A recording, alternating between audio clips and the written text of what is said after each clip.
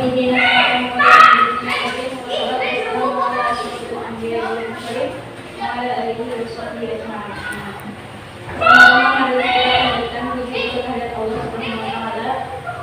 telah melimpahkan rahmat-Nya pada kita sehingga kita masih diberi kesehatan dan dapat berkumpul kembali pada siang hari ini.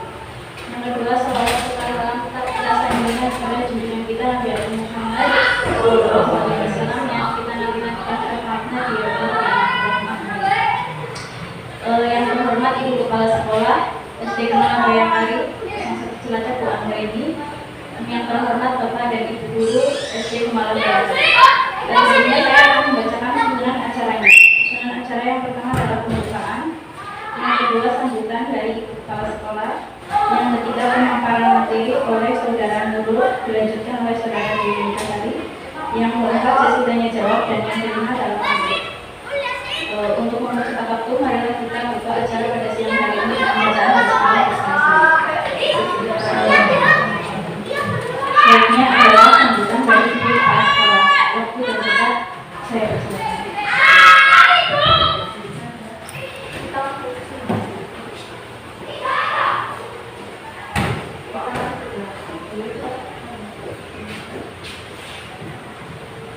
Bismillahirrahmanirrahim. Assalamualaikum warahmatullahi wabarakatuh. Syukur alhamdulillah pada kesempatan siang hari ini sekolah kita SD Kemala Bayangkari mengadakan diseminasi tentang modul disiplin. Disiplin apa ya Mbak? Disiplin positif. Disiplin positif yang telah diikuti di pendidikan guru penggerak angkatan 7 oleh Ibu Nurul Hidayah. Alhamdulillah, Alamin sudah sampai ke modul berapa? Modul 1 ya Bu Nurul? Oh, modul 1 terakhir ya, modul 1 bagian terakhir ya. Bapak Ibu Guru yang saya hormati, di dalam modul disiplin positif ya, saya baru 2 tahun yang lalu sudah lupa ya. Disiplin positif ya, itu terdapat beberapa materi yang sudah diperoleh oleh Ibu Nurul, yang nantinya oleh Ibu Nurul tentunya akan diimbaskan ke teman-teman yang berada di SD Kemala Bayangkari. Mari kita dukung, semoga apa yang Ibu Nurul dapatkan di pendidikan guru penggerak bisa dipraktikkan langsung bagaimana cara menangani disiplin di sekolah. Tentunya bentuknya bermacam-macam kendala atau permasalahan yang dihadapi anak-anak di sekolah, termasuk salah satunya adalah disiplin. Bagaimana supaya siswa-siswi kita bisa disiplin? Apakah harus dengan cara dipaksa? Ada orang yang bilang bahwa dengan dipaksa nanti anaknya jadi terbiasa. Tetapi apakah itu betul demikian? Kemudian, apakah cara mendisiplinkan siswa dengan cara diberi hukuman? Ataukah ada cara lain yang lebih mengenal hati siswa? Karena yang kita alami bahwa ketika ada siswa yang bermasalah, kemudian kita beri dengan hukuman, pada waktu yang singkat siswa itu akan menurut pada kita. Sementara, tetapi untuk jangka kedepannya anak mengulangi lagi. Nah, seperti apakah bentuk disiplin yang akan disampaikan oleh Bu Nurul pada kesempatan kali ini? Dan Bu Yunika Sari ya, Bu Nurul Hidayah dan Bu Yunika Sari, mudah-mudahan nanti bermanfaat bagi kita semua. Dan setelah kita mendapatkan ilmu tentang disiplin positif dan kita akan mempraktekkan di sekolah kita secara bersama-sama, mohon dukungannya dari Bapak Ibu Guru supaya kegiatan dan praktek baik yang akan dilakukan oleh Ibu Nurul Hidayah dan Ibu Dwi Yunika Sari dapat terlaksana di SD Bayangkari dan tentunya akan menambah peningkatan disiplin di sekolah kita. Demikian beberapa ulasan dan sambutan dari saya, mudah-mudahan bermanfaat. Wassalamualaikum warahmatullahi wabarakatuh.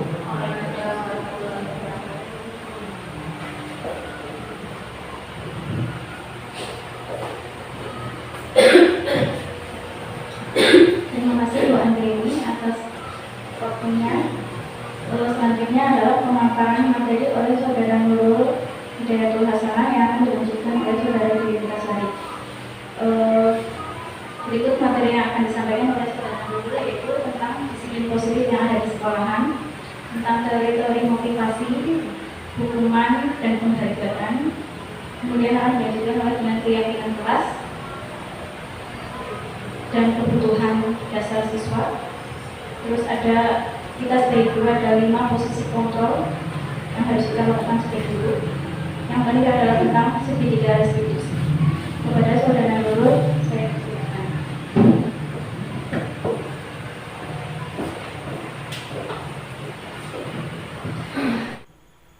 Assalamualaikum warahmatullahi wabarakatuh. Alhamdulillahirabbil alamin. Wassalatu wassalamu ala asrofil anbiya'i wal mursalin wa ala alihi wa sahbihi ajma'in. Amma ba'du.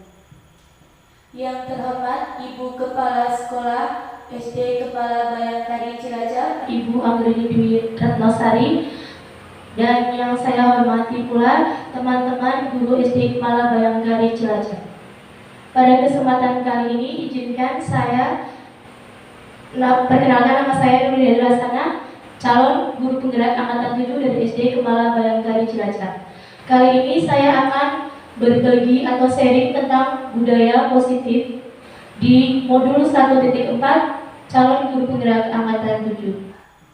Izinkan saya akan memperkenalkan diri, yaitu fasilitator saya Ibu Maria Magdalena Siti Listiari dan pengajar praktis saya Ibu Rian Dewi Siti Nugraini. Sebelum saya masuk ke materi budaya positif, kali ini saya akan memberikan pertanyaan tematik. Yang pertama, setuju atau tidak setuju nih Bapak Ibu jawabannya? Yang pertama, hukuman dapat mendisiplinkan anak. Yang kedua, pemberi hukuman dengan hal positif seperti membaca atau membersihkan halaman sekolah dapat meningkatkan disiplin anak. Yang ketiga, memberi penghargaan dapat meningkatkan motivasi belajar anak. Untuk pertanyaan pertama, hukuman dapat mendisiplinkan anak. Setuju atau tidak Bapak Ibu? Silakan angkat tangan. Yang tidak setuju angkat tangan. Yang setuju? Setuju. Ya, yang tidak setuju dulu. Silakan. Oh ya, silakan Ibu Ida.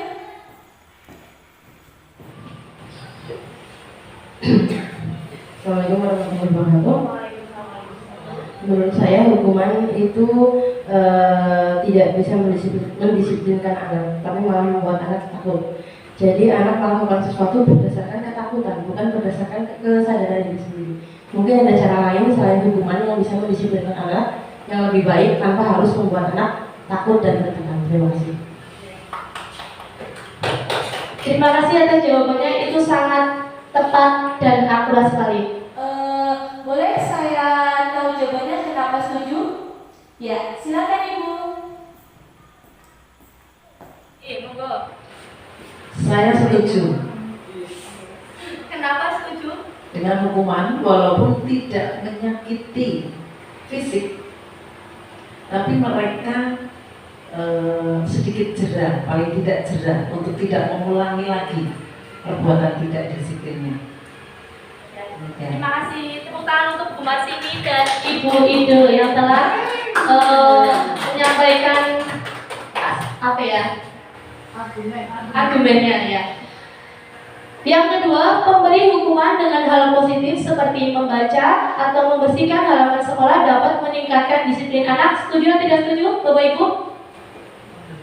Memberi hukuman hal positif seperti membaca atau membersihkan lingkungan, misalkan tidak mengerjakan PR, disuruh nyapu, disuruh membersihkan kamar mandi, itu dapat mendisiplinkan anak, setuju atau tidak? Setuju. Setuju. Setuju nggih, rata-rata setuju nggih. Yang ketiga, memberi penghargaan dapat meningkatkan motivasi belajar anak. Setuju nggih. Dari semuanya itu ada hukuman, ada beda hukuman dan penghargaan ya, beda ya. Ada yang hukumannya itu ada yang keras dan ada yang tidak. Yang tidak itu contohnya misalnya hanya diberi ketegangan waktu. Nah, kalau misalnya hukuman tes itu yang kayak membersihkan atau mengepel, lari itu guys, jangan sampai seperti itu, jangan hukuman lari lapangan itu sudah tidak diperbolehkan. Terima kasih atas jawabannya. Kita nanti akan lihat bahwa jawaban ini sudah sesuai belum tentang hukuman dapat mendisiplinkan anak sesuai dengan filosofi Ki Hajar Dewantara. Sebelum itu, kita akan mulai bermain. Kita akan bermain tentang perubahan paradigma. Yang pertama ada 2 orang di kanan kiri di sebangku 2 orang. Kemudian sobeklah secari kertas kecil. Tuliskan benda atau sesuatu yang sangat berharga untuk Anda.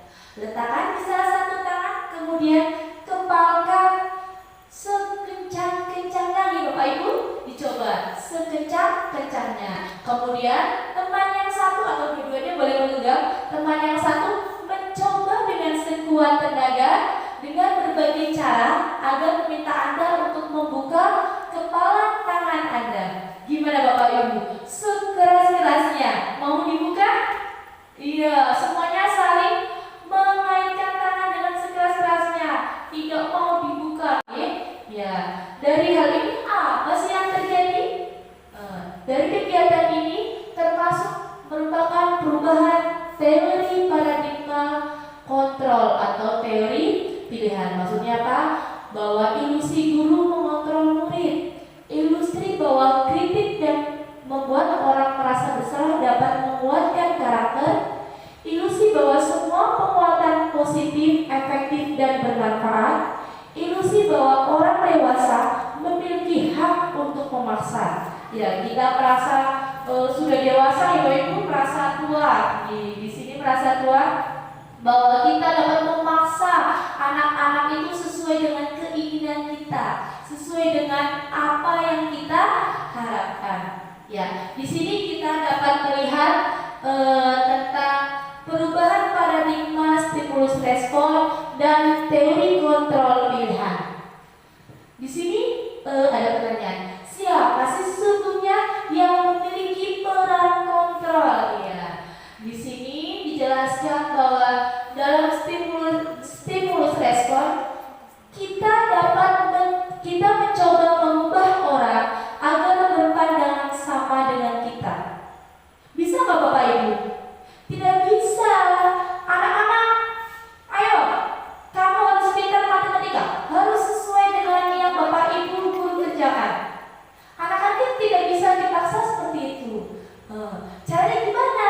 Kita harus berusaha memahami pandangan orang lain tentang dunia. Maksudnya kita harus tahu bagaimana biar anak itu bisa mengerjakan matematika sesuai dengan keinginan kita. Mungkin ada cara lain, tidak harus seperti yang kita contohkan. Ya. Kemudian perilaku buruk dilihat sebagai suatu kesalahan. Biasanya Bapak Ibu guru ini kalau ada anak yang sudah salah, sudah terlihat buruk, misalkan nakal atau tidak mengerjakan PR, itu dilihat sebagai suatu kesalahan. Padahal dalam teori kontrol pilihan itu semua perilaku itu memiliki tujuan. Kemudian yang ketiga, orang lain bisa mengontrol saya. Tidak bisa nih Bapak Ibu, kamu harus seperti ini, kamu harus seperti ini. Tidak bisa. Karena apa? Karena yang bisa mengontrol diri kita adalah hanya diri kita. Yang bisa mengontrol Anda adalah diri kita. Iya betul Bapak Ibu. Kemudian saya bisa mengontrol orang lain. Bisa tidak Bapak Ibu? Contohnya jam kerja jam 7 sampai jam 2. Kemudian ada salah satu guru, enggak, kita harus pulang jam 4 setiap hari. Padahal jam kerja kita jam 2. Itu juga kita tidak bisa mengontrol orang lain. Anda tidak bisa mengontrol orang lain.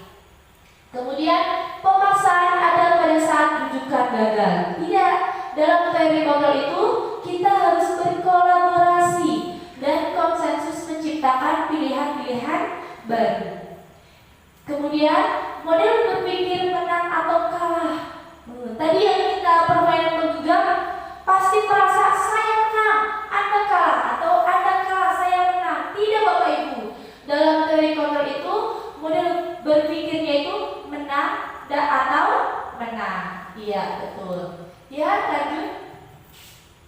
Kemudian saya tanya, apa itu budaya positif? Siapa yang tahu? Bapak Ibu? Oh, bukan sini. Oh, semangat sekali calon CDP angkatan 10 ini ya. Angkatan 20. Budaya positif menurut saya, budaya itu kebiasaan. Kebiasaan baik.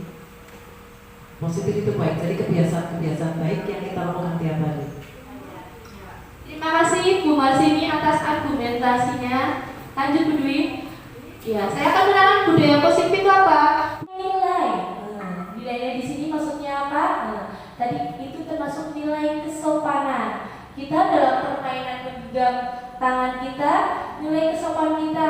Mohon maaf Bapak Ibu, bolehkah saya membuka tangan Bapak Ibu? Itu termasuk nilai kesopanan. Kemudian keyakinan dan kebiasaan di sekolah yang berpihak kepada murid dapat berkembang menjadi pribadi yang kritis, penuh hormat, dan bertanggung jawab. Dari pengertian budaya positif ini tidak mudah nih Bapak Ibu. Kita harus melakukan kebiasaan-kebiasaan. Dari contohnya ketika anak-anak masuk ke gerbang sekolah, kita mengajarkan kepada anak didik kita untuk senyum, sapa, dan salam. Ya, semua kebiasaan itu akan mendarah daging di anak-anak atau di murid semuanya untuk menjadi kebiasaan baik, menjadi pribadi yang penuh hormat dan bertanggung jawab. Ya, di sini saya akan menjelaskan tentang disiplin. Apa itu disiplin? Disiplin berasal dari bahasa Latin disciplina, yang artinya belajar. Makna asal dari kata ini berkonotasi dengan disiplin diri dari murid-murid Socrates dan Plato. Kemudian, disiplin diri membuat orang menggali potensinya menuju sebuah tujuan apa yang dia hargai. Namun dalam budaya kita, makna kata disiplin telah berubah menjadi sesuatu yang dilakukan seseorang pada orang lain untuk mendapatkan kepatuhan. Kecenderungan umum adalah menghubungkan kata disiplin dengan ketidaknyamanan, bukan dengan apa yang kita hargai atau pencapaian suatu tujuan. Ya, di sini bisa kita lihat nih Bapak Ibu, nilai-nilai kebajikan universal. Apa itu nilai-nilai kebajikan? Nilai-nilai kebajikan adalah sifat positif manusia yang merupakan tujuan mulia yang ingin dicapai setiap individu. Nilai-nilai tersebut bersifat universal dan lintas bahasa, suku bangsa, agama, maupun latar belakang. Nah, setiap perilaku perbuatan memiliki tujuan. Dari Bapak Ibu, setiap tindakan yang kita lakukan pasti memiliki tujuan tertentu. Itu menurut Dr. William Glasser pada teori kontrol tahun 1984. Dengan mengaitkan nilai-nilai kebajikan yang diyakini seseorang, maka motivasi intrinsiknya akan terbangun, sehingga menggerakkan motivasi diri dalam untuk dapat mencapai tujuan mulia yang diinginkan. Itu menurut teori Gosen tahun 1998. Baik Bapak Ibu, kita akan membahas tentang nilai-nilai kebajikan. Nilai-nilai kebajikan ini ada di profil pelajar Pancasila, betul, yang saat ini sedang kita galakan. Yang pertama yaitu beriman bertakwa kepada Tuhan Yang Maha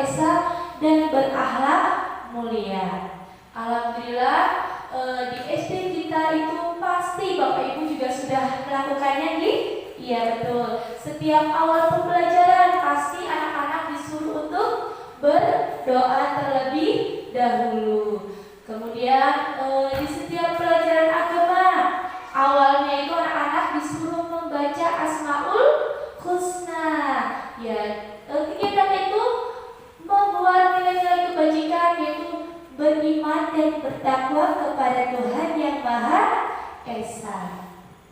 Kemudian yang kedua ada bersikap mandiri, bernalar kritis, berkebinekaan global, bergotong royong dan kreatif. Tuh, anak-anak siswa-siswa kita dituntut untuk semuanya ini ada mandiri, bernalar kritis, berkebinekaan global, bergotong royong kreatif. Itu termasuk ke dalam profil belajar Pancasila. Ya, lanjut. Di sini kita akan belajar tentang teori motivasi, hukuman, dan penghargaan serta restitusi. Di sini dijelaskan bahwa teori motivasi atau perilaku manusia itu terdiri dari dua, yaitu teori eksternal dan teori internal. Teori motivasi eksternal itu apa? Untuk menghindari ketidaknyamanan atau hukuman, yaitu apa yang terjadi apabila saya tidak melakukannya. Kalau motivasi eksternal yang berasal dari luar, yang kedua untuk mendapatkan imbalan dari orang lain atau institusi. Biasanya anak-anak disuruh mendapatkan, siapa yang mendapatkan nilai pasti akan mendapatkan penghargaan. Ya, tapi penghargaan itu bersifat sementara atau bersifat jangka pendek. Kalau dari motivasi internal yaitu untuk menghargai diri sendiri. Saya akan menjadi apa atau menjadi orang seperti apa jika saya melakukannya. Itu kalau dari motivasi internal itu jangkauannya lebih panjang. Kemudian di sini ada merdeka menurut Ki Hajar Dewantara. Merdeka itu artinya apa? Merdeka artinya tidak terlepas dari perintah, akan tetapi juga cakap membuat memerintah diri sendiri. Itu menurut Ki Hajar Dewantara. Kemudian di sini dijelaskan dihukum oleh penghargaan, bahwa penghargaan itu berlaku sama dengan hukuman. Betul atau tidak Bapak Ibu? Ya, dalam arti meminta atau membujuk seseorang melakukan sesuatu untuk mencapai tujuan tertentu dari orang atau yang meminta bujukan. Dorongan eksternal ada faktor ketergantungan, yaitu beberapa dampak dari penghargaan, karena penghargaan itu bersifat sementara, tidak jangka panjang. Yang pertama, pengaruh penghargaan itu bersifat jangka pendek atau jangka panjang. Penghargaan menghukum, kemudian ada penghargaan mengurangi ketepatan, penghargaan tidak efektif, penghargaan merusak hubungan. Baik Bapak Ibu, kita lanjutkan, yaitu bentuk program kebajikan atau apresiasi apa yang dapat kita lakukan. Perlu kita ingat Bapak Ibu bahwa dukungan secara khusus, secara pribadi kepada semua murid dan secara konsisten, kemudian fokus pada proses merupakan suatu hal atau yang harus kita lakukan agar kebajikan itu dapat dilaksanakan. Baik, di sini ada contoh pengakuan atau apresiasi kebajikan. Contohnya, kemarin saya perhatikan kamu menolong murid baru itu ya, yang tidak memiliki buku, kemudian kamu pinjamkan. Ya, terus saya menghargai ketika kamu membantu teman-temanmu yang terjatuh atau dalam tugas kelompok itu, dalam satu kelompok itu ada teman yang kesulitan dan kamu membantunya, itu termasuk rasa kepedulian. Kemudian ada situasinya pada saat kamu memungut kertas-kertas. Terima kasih ya anak-anak, kamu sudah memungut kertas atau memungut sampah yang ada di kelas, sehingga kelas kita menjadi bersih. Baik Bapak Ibu, kita akan melihat apa perbedaan antara hukuman dan konsekuensi. Ya, kalau hukuman itu sesuatu yang menyakitkan, yang harus terjadi. Kalau konsekuensi sesuatu itu harus terjadi. Kalau hukuman membuat anak itu merasa sakit fisik. Sakit fisik itu biasanya dalam waktu yang lama, karena anak itu merasa malu, merasa sakit hati, itu hukumannya akan berdampak sangat lama. Kalau konsekuensi membuat anak merasa tidak nyaman, tetapi dalam waktu jangka pendek, itu hanya bersifat sementara. Kemudian anak membenci kedisiplinan. Kalau konsekuensi anak menghargai disiplin. Kenapa? Karena konsekuensi itu biasanya sudah dibahas di dalam keyakinan kelas. Kemudian kalau hukuman itu bersifat paksaan. Kalau konsekuensi itu bersifat stimulus atau tanggapan. Kalau hukuman itu mendorong anak untuk menyakiti diri sendiri, ya betul. Kalau konsekuensi mendorong anak agar mudah menyesuaikan diri. Kalau hukuman konsep dirinya itu yang buruk, kalau konsekuensi konsep dirinya baik. Kemudian kalau hukuman anak belajar untuk menyembunyikan kesalahan, kalau konsekuensi anak belajar untuk mematuhi peraturan. Kalau hukuman anak itu memiliki rasa marah, rasa bersalah, dipermalukan, merasa tidak dihargai, betul. Kalau konsekuensi kehilangan hak, dibuat tidak nyaman dan diasingkan, betul. Tapi semuanya itu hanya bersifat sementara. Baik Bapak Ibu, kita lanjutkan nih. Sekarang kita akan membahas tentang apa sih itu restitusi. Restitusi adalah proses menciptakan kondisi bagi murid untuk memperbaiki kesalahan mereka sehingga mereka bisa kembali pada kelompok mereka dengan karakter yang lebih kuat. Restitusi juga merupakan proses kolaboratif yang mengajarkan murid untuk mencari solusi untuk masalah mereka dengan membantu murid berpikir tentang orang-orang seperti apa yang mereka inginkan menjadi tujuan mulia dan bagaimana mereka harus memperlakukan orang lain. Baik Bapak Ibu, saya di sini juga pernah melakukan kegiatan restitusi yang saya akan tampilkan di contohnya di sini. Ada dulu. Kemudian ciri-ciri restitusi. Restitusi itu memiliki ciri-ciri. Yang pertama, bukan untuk menebus kesalahan, namun untuk belajar dari kesalahan tersebut. Anak-anak itu pernah melakukan kesalahan dan berusaha memperbaiki.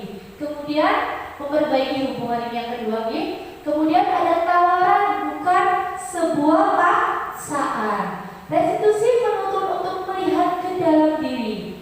Restitusi mencari kebutuhan dasar yang mendasari tindakan. Restitusi diri adalah cara yang paling baik, yang paling tepat, bukan berupa hukuman atau konsekuensi. Kemudian restitusi fokus pada karakter, bukan fokus kepada tindakan. Restitusi fokus pada solusi. Restitusi memberikan murid yang berbuat salah pada kelompoknya. Baik Bapak Ibu, saya akan memperlihatkan contoh restitusi yang pernah saya lakukan di SD Kepala Bayangkari Cilacap. Berikut video restitusi yang saya lakukan. Silakan disimak Bapak Ibu.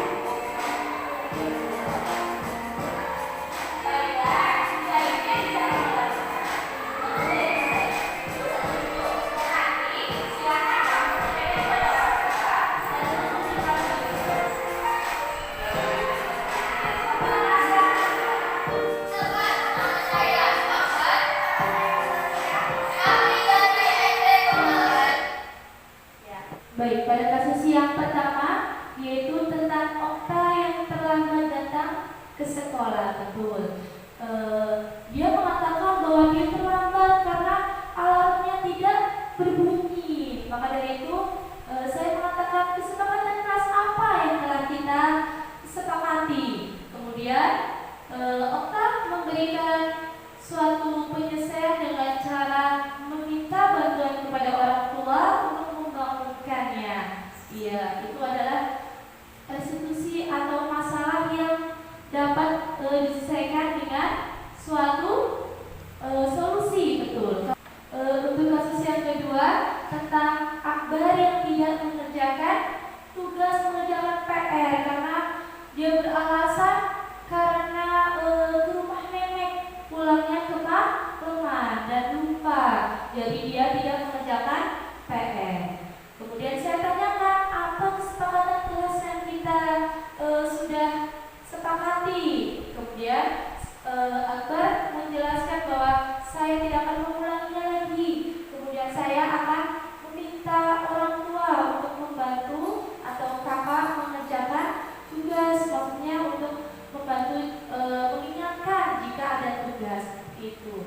Baik Bapak Ibu, kita akan lanjut ke materi selanjutnya tentang bawahnya tentang keyakinan kelas. Keyakinan kelas ini adalah sesuatu kesepakatan yang telah kita sepakati bersama murid-murid kita di kelas. Lanjut.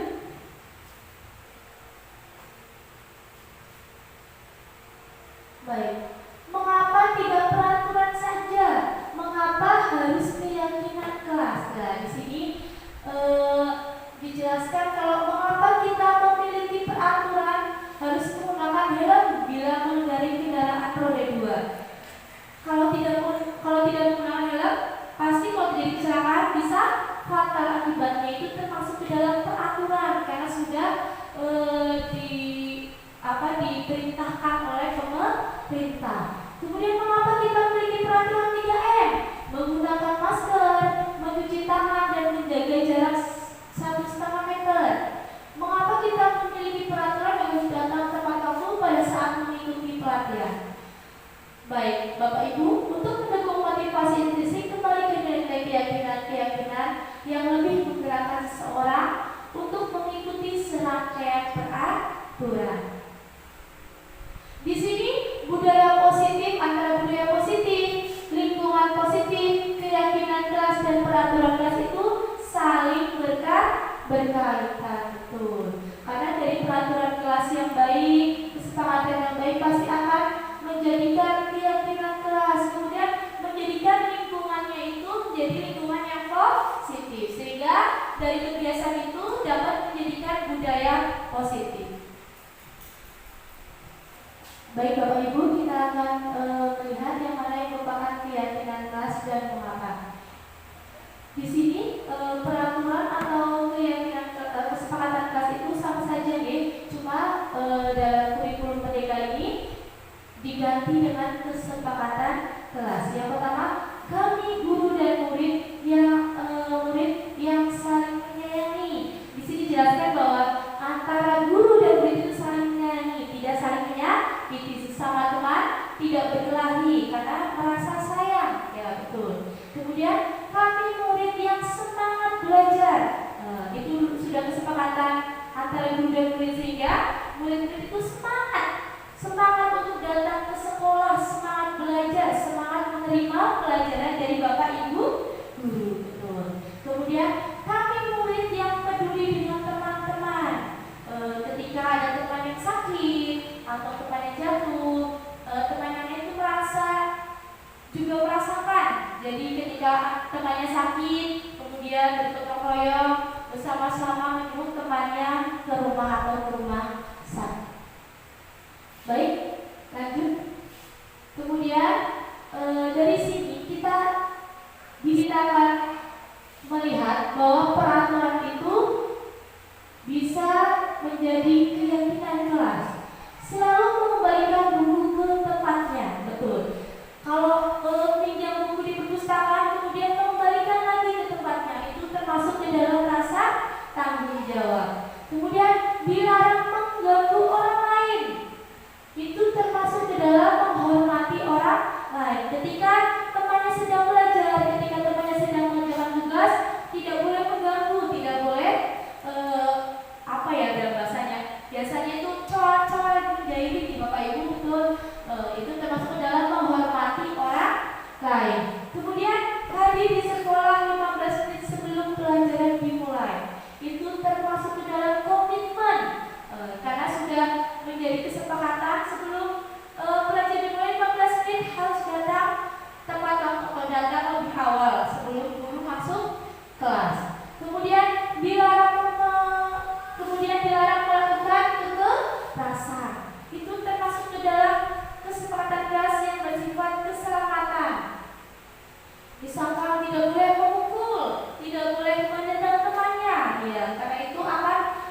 menyakiti orang lain, dapat membuat keselamatan orang lain berbahaya. Kemudian dilarang menggunakan narkoba, karena narkoba itu dapat merusak kesehatan, betul. Kemudian bergantian atau menunggu giliran, itu termasuk ke dalam misalnya mengantri, murid-murid mengantri untuk dapat mendapatkan nilai, itu juga termasuk ke dalam kesepakatan kelas yang berupa kesabaran. Kemudian menggunakan masker. Apa sih pemerintah menggalakkan ketika COVID-19 kita diwajibkan untuk menggunakan masker? Ya, karena itu untuk kesehatan, betul Bapak Ibu, untuk keselamatan juga. Kemudian jangan berlari di kelas atau koridor. Anak-anak biasanya sering berlari atau dari tangga berlari ke bawah, itu nanti kalau jatuh itu berakibat fatal, keselamatannya dapat mengganggu keselamatan, betul Bapak Ibu. Lanjut. Kemudian di sini saya akan menjelaskan kebutuhan dasar manusia dan dunia yang berkebun. Di sini akan menjelaskan kebutuhan dasar manusia. Baik, Bapak Ibu, kita akan mengetahui kebutuhan dasar manusia. Untuk mengetahui kebutuhan dasar kita melihat dari kebutuhan dasar manusia. Contohnya, anak-anak itu tidak bisa mengerjakan PR. Dia itu tidak mengerjakan PR di rumah. Kebutuhan dasarnya apa? Mungkin penguasaan, karena dia itu merasa tidak bisa mengerjakan, merasa tidak ada yang membantu untuk mengerjakan di rumah. Yaitu termasuk di dalam penguasaan. Kemudian tidak mengerjakan PR karena tidak suka dengan pelajarannya, itu juga termasuk di dalam kebutuhan tentang kesenangan, atau kebutuhan karena tidak ada yang membantu di rumah. Jadi itu termasuk ke dalam kebutuhan kasih sayang. Atau kita juga ada nih Bapak Ibu, ada anak kita, anak kelas 1 di kelas itu merasa kurang kasih sayang di rumah, sehingga di sekolah ibaratnya bahasa itunya caper gitu, apa-apa minta diperhatikan, minta harus diutamakan, ya karena itu merasa di rumah itu merasa kurang kasih sayang, sehingga di sekolah itu ingin diperhatikan lebih gitu di Bapak Ibu. Baik, kita akan lanjut. Baik Bapak Ibu, dari kebutuhan itu kita akan mengetahui di mana letak posisi kontrol kita sebagai guru. Di sini ada 5 posisi kontrol. Yang pertama sebagai penghukum, kedua membuat orang merasa bersalah, ketiga sebagai teman, 4 sebagai pemantau, dan kelima sebagai manajer. Baik, kita akan melihat 5 posisi kontrol kita itu yang lebih efektif yang mana nih? Yang pertama posisi kontrol sebagai penghukum, kedua membuat orang merasa bersalah, 3 sebagai teman, 4 pemantau, 5 manajer. Yang pertama sebagai penghukum.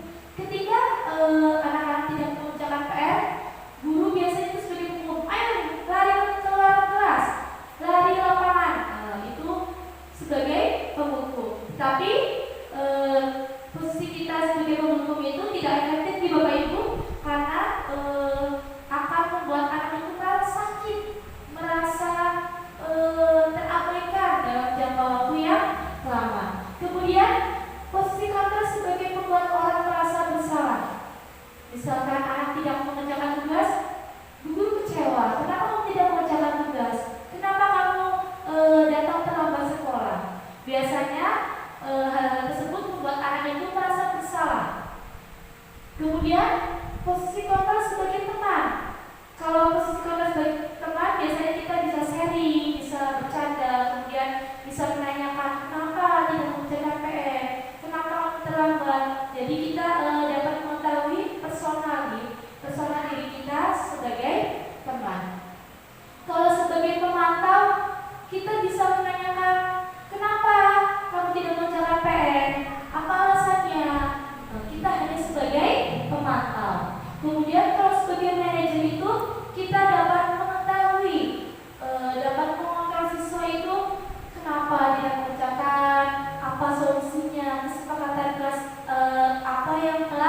kita laksanakan. Jadi yang lebih efektif untuk kita atau sebagai guru itu adalah posisi manajer, betul. Lanjut, dari posisi manajer itu kita dapat mengetahui segitiga restitusi. Apa itu segitiga restitusi? Segitiga itu dapat menstabilkan identitas, kemudian validasi kebutuhan dan menanyakan keyakinan. Bahwa di sini dalam melakukan segitiga restitusi kita dapat mengetahui nilai-nilai apa yang telah kita sepakati. Kemudian kamu ingin jadi orang seperti apa? Kamu itu bukan salah satunya yang pernah melakukan kesalahan tersebut. Guru juga pernah. Kemudian setiap orang pasti pernah melakukan kesalahan. Tidak hanya kamu saja, mungkin dulu guru waktu menjadi siswa juga pernah terlambat sekolah, pernah tidak mengerjakan PR. Kemudian ada cara yang lebih efektif untuk mendapatkan apa yang kamu butuhkan. Kemudian kamu tentu punya alasan mengapa melakukan itu. Mungkin alasannya kayak tadi yang saya praktekkan, terlambat di sekolah karena alarmnya tidak berbunyi, atau tidak mengerjakan PR karena pulang kemalaman dari rumah nenek sehingga lupa. Ya, itu dari segitiga itu kita dapat mengetahui hambatan-hambatan apa yang dirasakan oleh siswa-siswa kita ketika melakukan sebuah kesalahan, dan kita akan mencari solusi yang terbaik. Baik Bapak Ibu, sekian presentasi atau diseminasi yang saya lakukan. Mohon maaf apabila banyak kekurangan. Belum saya mengakhiri presentasi kali ini. Adakah Bapak Ibu yang akan bertanya? Oh iya, silakan Bu Titi. Itu ada dua, yaitu internal dan eksternal. Menurut Anda, motivasi mana yang terbaik? Terima kasih. Baik, terima kasih atas pertanyaannya Bu Titi. Saya akan mencoba menjawab. Menurut saya itu adalah motivasi internal, karena motivasi itu berasal dari dalam diri saya sendiri, dan biasanya itu jangkauannya lebih lama, lebih panjang. Baik, ada pertanyaan lagi Bapak Ibu? Oh iya, silakan Mas Indi. Terima kasih untuk pertanyaan saya. Sebagai guru kelas, saya sudah pernah menjadi pemhukum, pernah menjadi pembuat orang merasa bersalah, pernah juga menjadi teman, pemantau, dan juga pernah menjadi manajer. Tapi ternyata anak itu masih belum juga berubah untuk kedisiplinan dan kelakuannya setiap hari. Mohon jawaban. Baik, terima kasih atas pertanyaannya. Dari pertanyaan itu saya akan mencoba menjawab. Yang saya lakukan itu saya berkolaborasi dengan guru yang lain, dengan orang tua, serta dengan lingkungan atau lingkungan sekitar. Maksudnya apa? Maksudnya mencoba bermusyawarah dengan guru-guru bagaimana menyelesaikan masalah yang dihadapi, kemudian berkonsultasi dengan orang tua apa permasalahan yang dihadapi di rumah, kemudian di lingkungan sekitar juga ya, atau di mana anak itu bermain, sehingga dari kesemuanya itu dapat berkolaborasi, dapat menyelesaikan masalah dengan baik. Baik Bapak Ibu, terima kasih atas waktu yang diberikan kepada saya. Mohon maaf apabila saya banyak kekurangan. Mohon titik dan sarannya, karena saya juga baru pertama kali dan saya sedang belajar menjadi pembicara di depan ya. Terima kasih Bapak Ibu atas waktunya. Mohon maaf apabila banyak kekurangan dan kesalahan. Billahi taufiq wal hidayah. Wassalamualaikum warahmatullahi wabarakatuh.